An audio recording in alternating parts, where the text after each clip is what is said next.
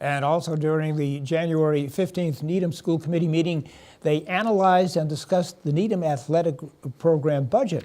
The fiscal sustainability recommendation involves increasing user fees, surcharges, and a contribution from the operating budget over the next 5 years. Committee members expressed their concerns about maintaining sustainability while also providing programs for various athletic interests.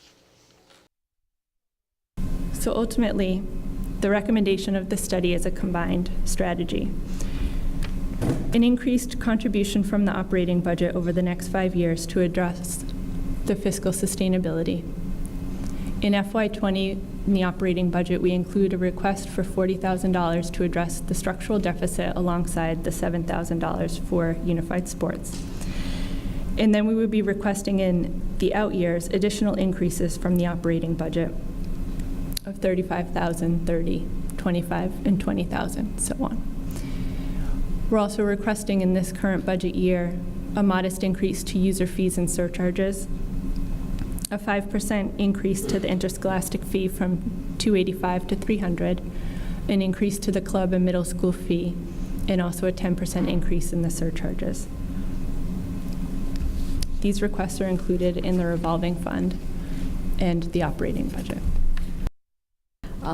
I would hate to see us have to go down the path of kind of eliminating or reducing some of the options that we do offer, because it really goes back to our commitment to be inclusive and to allow access for as many students as possible.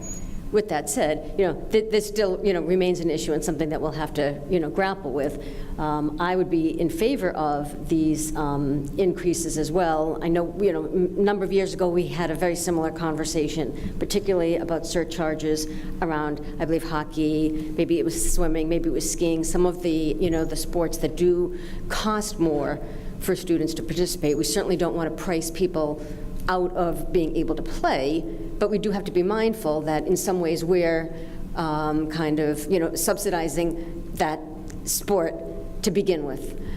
So it is kind of a balance that we have to really consider what the priorities are, but I would be in favor of moving forward with this program, so this plan, so that we can keep that wide variety of programming that we have. I agree with Heidi. Also, I support this. I think it's appropriate to share the burden between the participants and the school operating budget. That clearly makes the most sense. Neither end of that spectrum really looks feasible at all.